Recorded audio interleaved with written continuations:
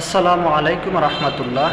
আলহামদুলিল্লাহ নাহমাদুহু ওয়া নুসাল্লি আলা রাসূলিল কারীম, আম্মা বাদ। আল্লাহ সুবহানাহু ওয়া তাআলা কোরআন কারীমের সূরা বাকারা 2 নম্বর সূরার 276 নম্বর আয়াতে বলছেন, ইয়ামহাকুল্লাহুর রিবা ওয়া ইউরবিস সাদাকাত আল্লাহু ইউহিব্বু কুল্লা কাফারিন আসীম।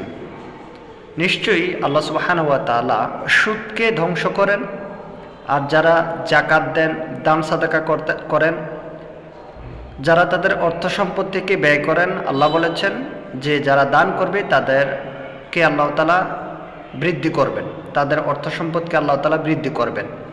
আর নিশ্চয়ই আল্লাহ তাআলা যারা অস্বীকারী, যারা মানে না, যারা আল্লাহর আয়াতকে অস্বীকার করবে বা আল্লাহকে অমান্য করবে, আল্লাহ বলেছেন যে আল্লাহ তাআলা তাদেরকে ভালোবাসেন না।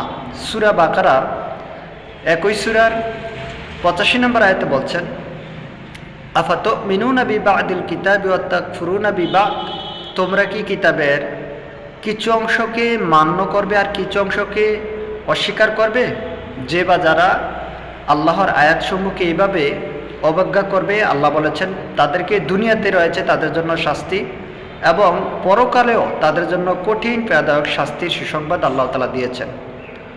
সুতরাং আল্লাহকে অমান্য করা, অস্বীকার করার একটি অন্যতম মাধ্যম হচ্ছে যে, যেমন অনেকে রয়েছেন যারা সলাত আদায় করেন, তার মানে তারা সলাতকে স্বীকার করেন কিন্তু জাকাত দেন না, তার মানে তারা বিভিন্ন কলা কৌশলে জাকাতকে অস্বীকার করেন।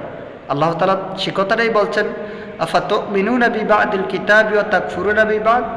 তোমরা কি আল্লাহর আয়াতের কিছু অংশকে মান্য করো আর কিছু অংশকে অস্বীকার করো?